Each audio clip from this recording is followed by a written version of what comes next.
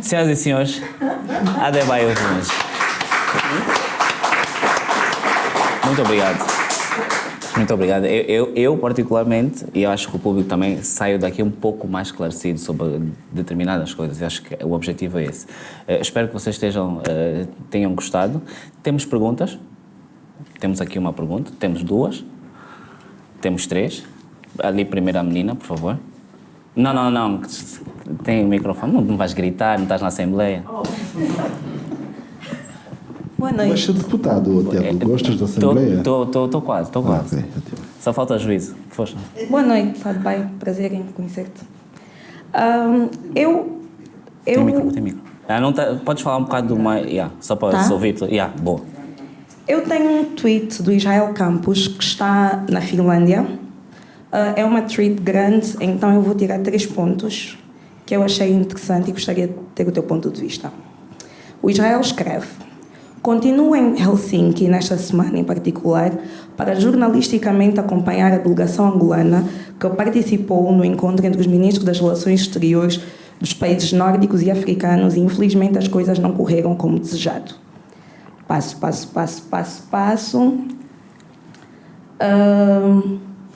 A verdade mesmo é que entrevistei ambos ministros dos negócios estrangeiros da Finlândia e da Algéria, como podem ver no link abaixo, mas não consegui uma palavra da nossa secretária de Estado, Esmeralda. Aliás, até consegui uns bons bafos, pois a nossa excelência estava extremamente ocupada para falar com um menino impertinente, como ela carinhosamente me tratou.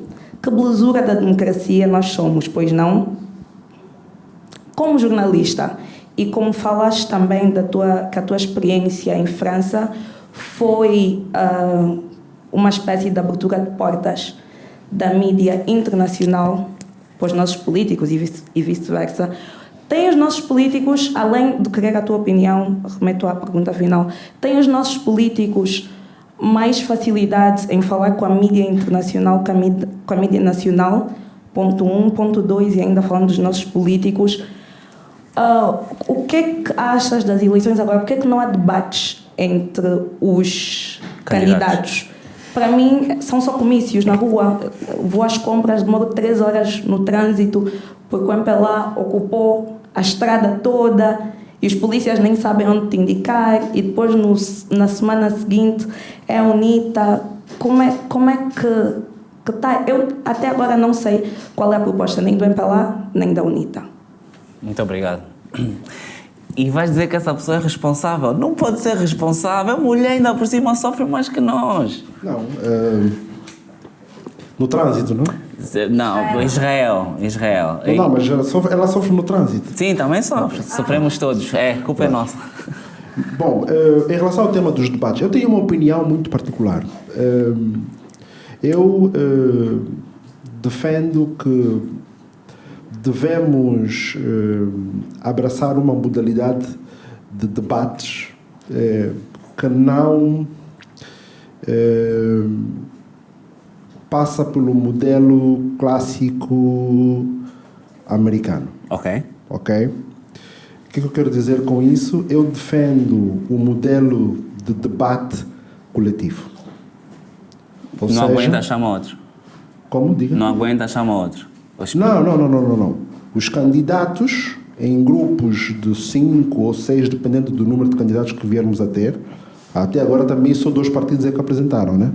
Mas pronto, mas os candidatos em grupos, não é? Ou seja, um debate onde vamos ter todos os candidatos presentes. Ok. E para mim a razão é simples. É porque o debate requer alguma maturidade. E a nossa política, desse ponto de vista, eu tenho receios que, em alguns casos, tenhamos as irreverências. Estou a dizer. Portanto, eu acredito que um modelo de debate coletivo, não é? Onde vários candidatos em simultâneo consigam aí sim escalpelizar e debater, né? Porque também há este modelo. Mas em simultâneo fica tipo Tunesa, fica uma confusão, ninguém se ouve. Não necessariamente, e há vários países em que isso acontece. Pronto. Eu sou suspeito para falar do caso francês, mas, Não, há mas- vários modelos em que isso acontece. mas eu lembro. Não há stress quanto a isso. Mas eu lembro, E na América é- também começa assim, Também o debate começa com os 5 ou os 6, portanto, e depois vão... Pronto, e depois tens o frente a frente. Mas eu tenho algumas reticências em relação ao modelo frente a frente. Sou mais favorável e penso, não é, que a abraçarmos poderíamos começar por aí. Ok, Pronto. ok. Quanto... É o tratamento do jornalista Israel. do jornalista Israel. Eu sou um bocado suspeito, mas eu vou dizer aqui algo assim. Felizmente para nós, o presidente João Lourenço tem revelado uma grande facilidade e abertura para a comunicação social, que infelizmente não é correspondido da mesma forma pelo executivo. Ok? Muitas das vezes temos o presidente a falar mais do que os seus ministros. E eu defendo que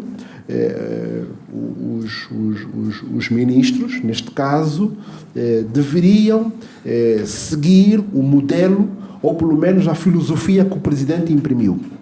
É óbvio que não é falar por falar, não é sair por aí e falar todos os dias as mesmas coisas, não. Com planificação, com organização, com estruturação, com o media training, com todo o trabalho associado, não é possível termos uma maior abertura dos nossos entes da gestão política, empresarial até, não é? Para uma forma de relação com a comunicação social, seja ela angolana ou estrangeira, não é? Mais proativa, não é? Porque hoje a governação ela é essencialmente ou passa muito pela comunicação. E portanto é importante que os políticos entendam que é também seu dever vir a terreiro clarificar as pessoas, não é? E que o jornalista só é o intermediário desse espaço.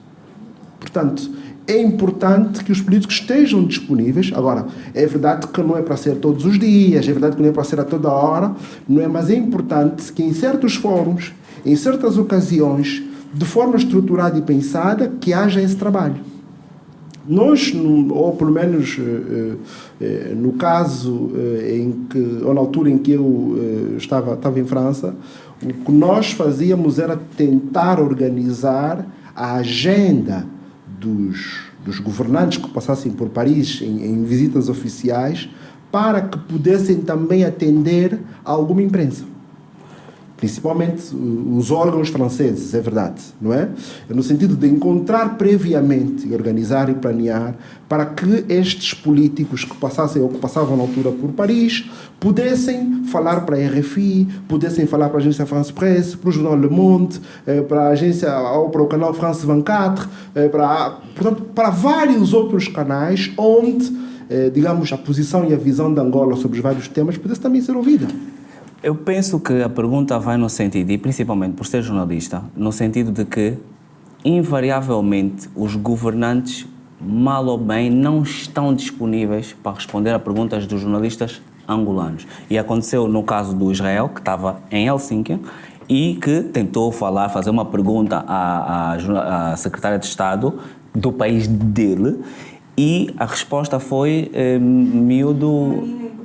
Que convenhamos, é regular. Esse tipo de comportamento é regular. A pergunta aqui que nós devemos fazer é: o Israel é contribuinte e, nas vestes de jornalista, pode fazer uma pergunta. Ela pode, inclusivamente, não responder.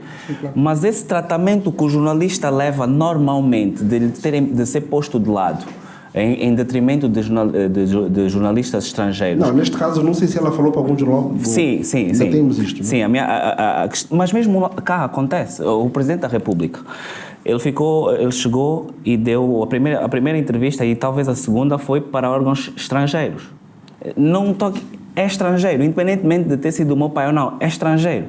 Então, como é que se o Presidente que diz que está tudo aberto E depois a ZAP está tudo Não, aberto. Tiago, estamos a misturar. Vamos por partes e vamos responder aqui à questão. Mentalidade, né? Pronto, Acho que sim, é eu acho isso que que nós paira, aí né? temos que melhorar e acho que tem que se trabalhar os nossos políticos nas várias funções executivas que tenham para que tenham uma relação diferente com a comunicação social. Seja ela angolana ou estrangeira, eu preciso percebermos que... Se nós temos que trabalhar, por que é que ele já é ministro? Não, porque para isso é que existe a preparação chamada media training, que é feita de forma regular, consistente, para aprimorar, para melhorar, para ensaiar, e cada momento é um momento. Portanto, Ok. não é por aí. Agora, eu nesta provocação que tu me colocas, assim, eu defendo que para certo tipo de funções públicas tão relevantes é muito importante o planeamento de mídia. E é normal que os políticos, a dado momento, privilegiem um órgão em detrimento do outro em função da sua estratégia. O mais importante é que haja um planeamento coerente, consistente, não é? Que olhe para uma série de nuances, mais do que isso, que não ignore a nossa mídia local. E se ela é atendida no momento e no timing devido, come on. Temos mais uma. Sim, Tinha sim. uma aí atrás, não tinha? É verdade, Por favor. tem aqui. É aqui. Já está o microfone? Ok. Já tem por o favor. microfone. Por favor. Sim, sim. E ainda bem, ainda bem. Boa noite. Boa noite. Meu nome é Uaia. E gostaria, antes de apresentar aqui uma questão ao Adebayo Vuns, gostaria muito de felicitá-lo pela forma de como respondeu às perguntas do Tiago. De facto, eu sinto que o Tiago é dos jovens, é muito inteligente e faz algumas questões que, de facto, são ou constituem alguma rasteira. E eu atentamente estive aqui a ouvir e eu gostei muito, ainda mais quando esteve a dizer, por exemplo, que é um quadro que estudou aqui e nem todos e nem tudo está perdido em relação aos quadros nacional. Eu gostaria de fazer uma pergunta ao Adebayo em relação à comunicação social pública, essencialmente. Acha que há interferência política na nossa comunicação social? Hoje pergunto hoje por conta desde 2017, desde que o presidente João Lourenço tomou posse como presidente da República, ganhou as eleições justas, não é verdade? Em 2017, gostaria de saber qual é a sua visão. Acha que ainda hoje, ao nível do exercício jornalístico que se faz público, há alguma interferência política? E só uma curiosidade muito rápida. Permita-me, Tiago, dizer que eu fui fazer uma prova de admissão na Faculdade de Ciências Sociais, na altura, da Universidade Agostinho Neto, e pediram-me, e as perguntas que saíram de cultura geral foi sobre a vida de Adebayo Vuns. Sério, um bocadinho. E eu estou a olhar aqui Adebayo Vuns. Estás longe, eu estou a achar estás fogo. longe. Mas Niga. quem é Adebayo Vuns? Eu, quando fui investigar, lembrei-me do Jovem Mania. Não é curiosidade, não estou aqui a lamber botas nenhuma, eu não conheço Adebayo Vuns. Sei que chama-se, seu nome completo é Adebayo Manuel João Vuns. Eu sei disto, pelo menos. Sai perguntas relacionadas ao Adebayo Vuns e, consequentemente, perguntas relacionadas ao Gilberto Luther. Por acaso também está aqui do lado. Eu achei fogo, mas quem são essas pessoas? Então nasceu-me sempre uma curiosidade de saber e gosto um bocadinho mais do seu histórico, quer acadêmico e quer profissional. E dizer aqui claramente que o senhor está de parabéns nessa qualidade do que é hoje. Está mesmo de parabéns. Estás longe, Niga. Estás longe. Estás longe. Agostinho Neto ali no Camama. Estás longe. A comunicação social pública, se tem interferência política? Bom, o MPLA veio descartar, não é? Portanto, o secretário para a Informação do MPLA veio dizer que... Excesso de zelo. Que há excesso de zelo e que não há qualquer interferência, pelo menos do MPLA, não é? no trabalho da comunicação social, neste caso em concreto da comunicação social pública. Agora,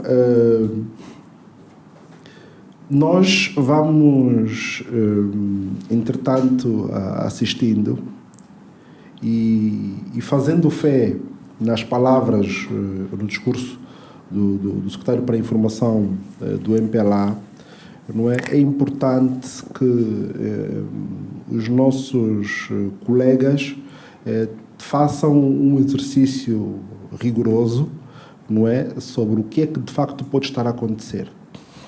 Porque o que é, de alguma forma, e que nos deve, digamos, chamar a atenção e que devemos evitar que isso aconteça, é que os órgãos de comunicação social sejam descredibilizados, não é? E é importante que os jornalistas trabalhem para a salvaguarda do seu bom nome, do seu profissionalismo e da sua credibilidade enquanto jornalistas. E, portanto, no fundo, ficamos hoje numa espécie de quidiores, né? De um lado diz-se uma coisa, do outro lado vê-se outra, e, portanto, é importante que, mais do que todas essas mensagens políticas ou análises, os próprios jornalistas se ponham ao trabalho aí está, de tentar prestar um serviço ainda melhor. Se acreditam que o trabalho é feito com todo o rigor, é preciso tentar fazer ainda melhor. E aqui o fazer melhor pressupõe observarmos regras deontológicas rigorosas, do pluralismo, do contraditório, e até mesmo de um trabalho com mais brio. Há uma coisa que eu tenho dito e que me assusta, não é? É o facto de não assistirmos na televisão a reportagens. E o Cabingano começou esse movimento, não é? Com algumas reportagens muito interessantes. Mas morreu, quer dizer, eu peço desculpa, mas a grande questão é, eu quando vejo os canais brasileiros, portugueses, franceses, americanos, têm reportagens tão bonitas, coisas... E o Cabingano começou a alimentar-nos esse sonho, digamos, a encher-nos o peito com esse tipo de trabalhos com alguma profundidade. Que é importante que continue. E eu hoje aqui lanço mesmo este repto. Por que parou? Porque é um trabalho que é importante para preencher, não é, os vários estilos em que o jornalismo é feito. Há a informação que é o dia a dia, mas depois é preciso um bocado mais. E há certos temas que devem ser trabalhados com uma boa reportagem. E falo do Cabingano, como podíamos citar outros jornalistas que eventualmente tenham esse potencial. Eu aí, há sensivelmente 2, 3 anos, e na altura o Vítor Silva ainda era o diretor do Jornal de Angola, lembro-me de ter visto uma reportagem muito linda feita pela Luísa Rogério. Tem que haver. Portanto, é um género sublime no jornalismo e falta isso. Portanto, como é que podemos ter um trabalho de qualidade se nos faltam essas várias nuances? Não é? A informação não se esgota no telejornal. Não pode. Nós temos que conseguir ter outras nuances da informação, e aqui eu chamo a atenção particular à reportagem, não é? Porque é um elemento sobre o qual nós estamos muito pobres. Mas lá está. Como é que nós poderemos ter bons repórteres se nós temos colegas jornalistas que passam 365 dias sem ler um livro? Como é que eu vou despertar a minha imaginação? Porque há uma coisa que a reportagem tem, é a criatividade. Quase se confunde, e isso se ensina nas academias, que a reportagem muitas das vezes confunde-se com a literatura. É essa capacidade do jornalista a recriar as coisas, não é? E que nos falta. E, portanto, sob esse ponto de vista, como é que nós podemos dizer que estamos bem? Temos que melhorar, temos que trabalhar sobre esses aspectos. E, portanto, no caso do Nalente, eu acho que o Cabingano estava a fazer um trabalho interessante, algumas vezes mais feliz, outras menos felizes, mas eu acho que, por exemplo, era de todo pertinente que ele continuasse com esse trabalho. E há o exemplo do Cabingano, como citei outros, e é importante que tenhamos esse tipo de trabalhos, não é? Que trazem uma abordagem e que enriquecem-nos a todos. Boa. Agora, quanto ao elogio, muito obrigado, mas confesso que não consigo perceber nem como nem porquê. Agora, sim, eu peço-vos uma salva de palmas ao Gilberto Luther, que está aqui connosco, veio nos assistir, não é? E que foi meu companheiro, é amigo, e que foi meu companheiro quando escrevemos a telenovela A Reviravolta para a TPA, que foi, digamos, a primeira grande telenovela angolana. Angolana, boa. Por favor. Muito boa noite a todos os presentes. Boa noite. Eu não sou um grande orador, mas vou tentar passar a minha mensagem. O meu nome é Walter Castro e estou aqui impressionado, bastante impressionado mesmo, com o que está a decorrer nesta sala, nomeadamente num ponto colocado pelo Sr. Tiago, com relação ao Jornal de Angola e à mídia em geral, com relação à obrigatoriedade por lei de publicar, seja o que for, sem antes fazer o contraditório. Eu quero me referir especialmente ao Dr. Adebayo, fazendo-lhe uma pergunta muito clara. Se puder, só o microfone um bocado mais próximo, por favor. Exato. Perdão. No dia 28 de fevereiro de 2022, o Ministério das Finanças publicou uma notícia falaciosa, entre aspas, alegando que se aliava a uma dívida existente de 66 milhões de dólares e mais à frente declarou até que essa dívida não existe. E pasma-me exatamente como é que o Jornal de Angola, sem ter o cuidado de fazer o contraditório, publica uma notícia destas. O nosso contraditório já foi feito. Está bem claro que esta notícia, portanto, enferma de uma série de irregularidades, e eu pergunto se o Dr. Adebayo eventualmente já viu o nosso contraditório e se tem alguma coisa a declarar e se concorda que, na verdade, o Jornal de Angola, portanto, prevaricou e muito seriamente nesta matéria. Posso? Pode, sim, sim. Okay, muito obrigado. Bom, muito obrigado pela questão do Sr. Walter. Não é? Walter. No fundo, o que está por detrás é um processo de dívida pública, não é?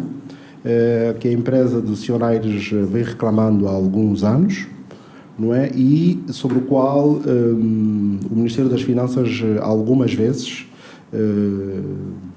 quer em abordagens diretas com o Sr. Walter, quer por intermédio da mídia, porque entretanto foram também várias vezes publicadas outras matérias em vários espaços de mídia, não é?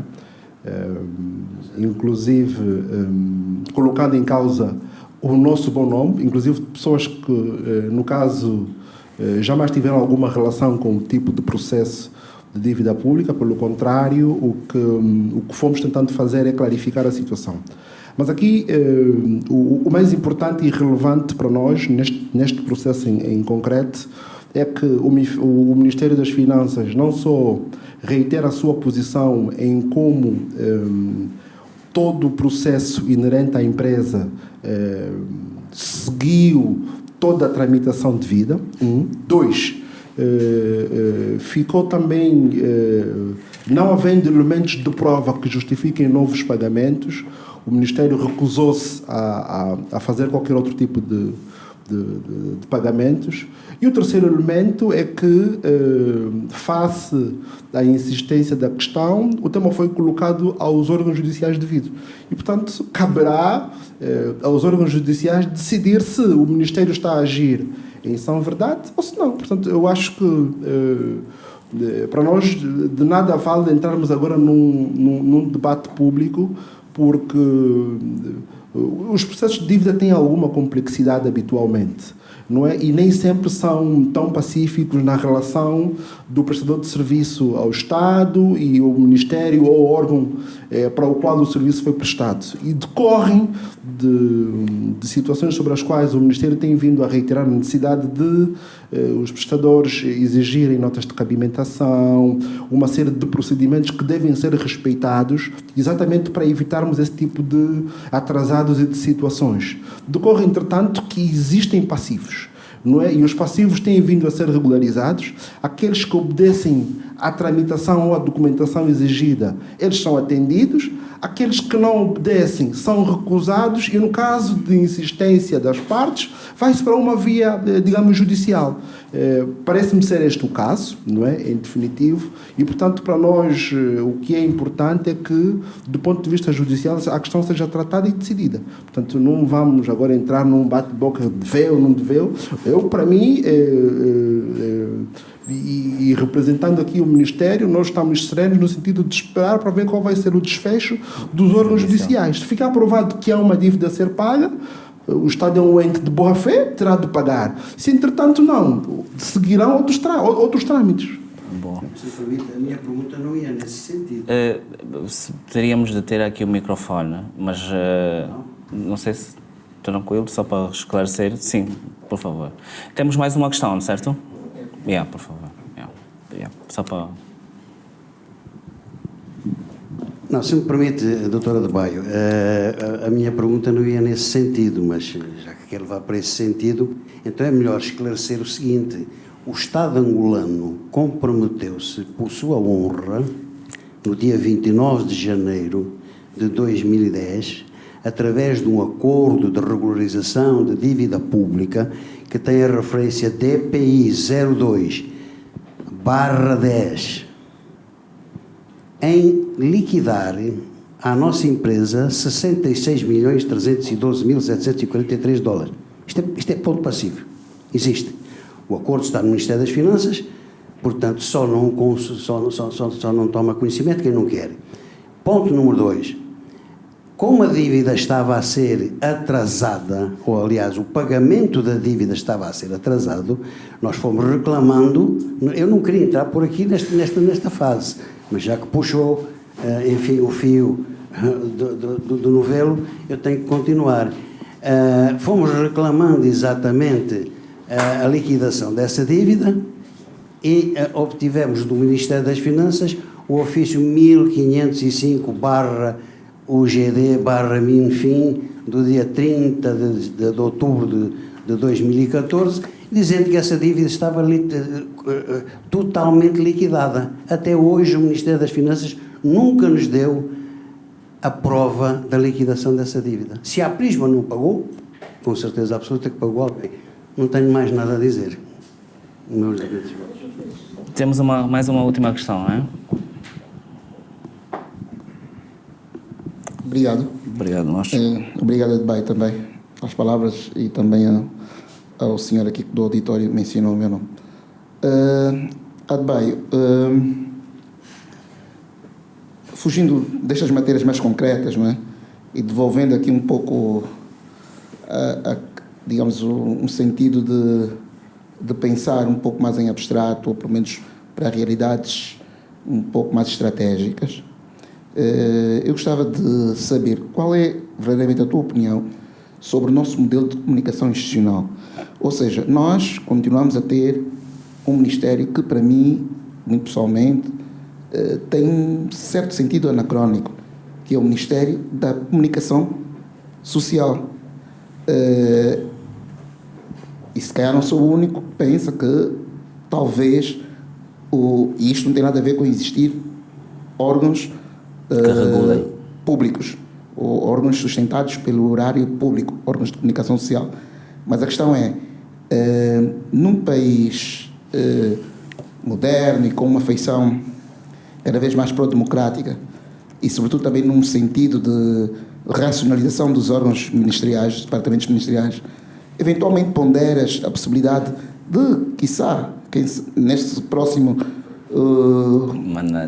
mandato, ser esse um dos ministérios que perde esse estatuto de ministério, arranjando-se uma outra forma, e já agora qual seria para ti um modelo, pensando que nós temos um sistema de feição presidencialista, como sabemos, ou presidencial mesmo, onde a comunicação do Executivo, como não poderia deixar de ser, e aqui eu sou um pouco... Não é só um tenho pouco. uma posição um pouco diferente daquela que foi dita sobre os ministros. Os ministros não têm eles esta competência, eles são todos órgãos com competências delegadas, não é? E então a competência por excelência num sistema presidencialista é do presidente. Ele tem que falar sempre mais e muito mais, e porque toda a gente tem de falar por mandato sempre, mas abstraindo disto, e porque existe um porta-voz da presidência, etc., eventualmente empoderá-lo mais para os temas de comunicação mais gerais do Executivo, como acontece noutras latitudes. Esse nosso Ministério, altamente disseminado por todas as províncias, com encargo, que não deve ser pouco, ainda faz sentido? É só para pensarmos no futuro, não é? A gente não decide nada, a gente só pensa. Atualmente, o Ministério da Comunicação Social é o Ministério das Telecomunicações, Tecnologia de Informação e Comunicação Social. Portanto, já pensaram no que tu querias e já puseram 3 num. Se vai mudar ou se vai funcionar, isso é outra história, por favor. Não tem isso. Bom, não, no fundo, a questão do Gilberto apesar dele ter essa configuração atual que resulta da fusão, não é? É o braço da comunicação social, e a questão é se vale a pena ou não mantê-lo. Bom, em primeiro lugar, eu acredito que devemos sim continuar a pensar na possibilidade de ainda encurtar um bocado mais o Executivo. Acho que pode-se equacionar um modelo onde se venha a encurtar e por essa via ainda assistirmos a alguma redução do gasto público, ou pelo menos torná-lo mais eficiente. Quanto ao setor comunicação social em si, eu tenho algumas reticências também quanto à manutenção do Ministério, não é? Sem prejuízo da necessidade de haver, digamos, um melhor alinhamento sobre o modelo de comunicação institucional do Executivo. Ou de outro modo, algumas funções do Ministério podem caber perfeitamente ou numa Secretaria de Estado junto da Presidência. Há vários modelos que podem ser ensaiados, não é? E não precisamos deste e no fundo a tendência é esta, no fundo esta fusão já é um quase ensaio, acredito, não é? De um cenário onde possamos não ter um Ministério específico da comunicação social, mas a necessidade de comunicação dentro do aparelho do Estado ela permanece, não é? De resto, e isso também é uma reflexão, vale o que vale. Também podemos nos questionar no sentido inverso, né? Até que ponto termos o Ministério nos tornou mais comunicativos, ok? E portanto é uma questão de análise de resultados de forma muito objetiva também, ver até que ponto o modelo atual vale a pena preservá-lo, e se não vamos preservar este modelo, que alternativas existem? Mas, no fundo, as alternativas devem ser equacionadas no sentido de tornarmos-nos mais eficientes do ponto de vista da comunicação.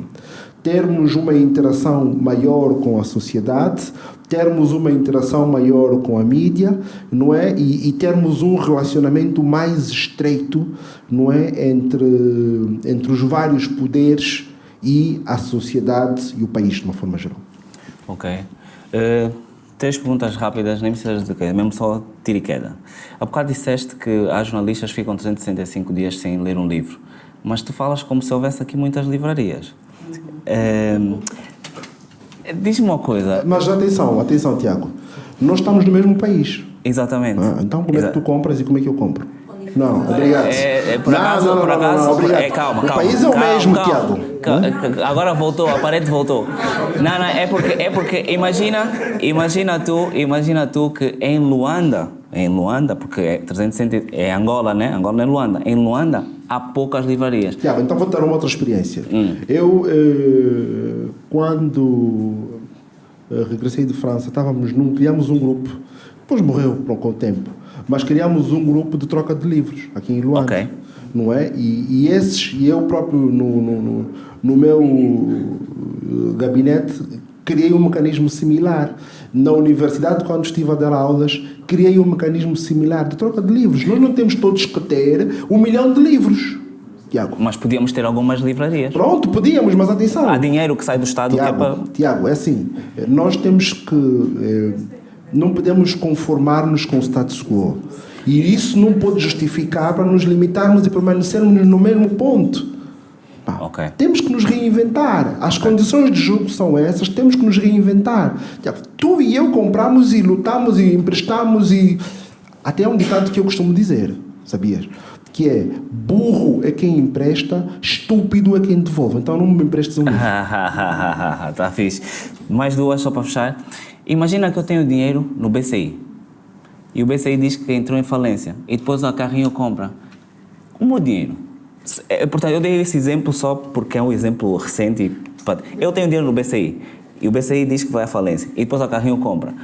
Como é que eu fico? O meu dinheiro fica Não, como? o BCI, antes de ser privatizado, foi recapitalizado e saneado. Então, Portanto, houve um processo de saneamento de contas, houve uma recapitalização e depois o banco foi ao mercado. Boa.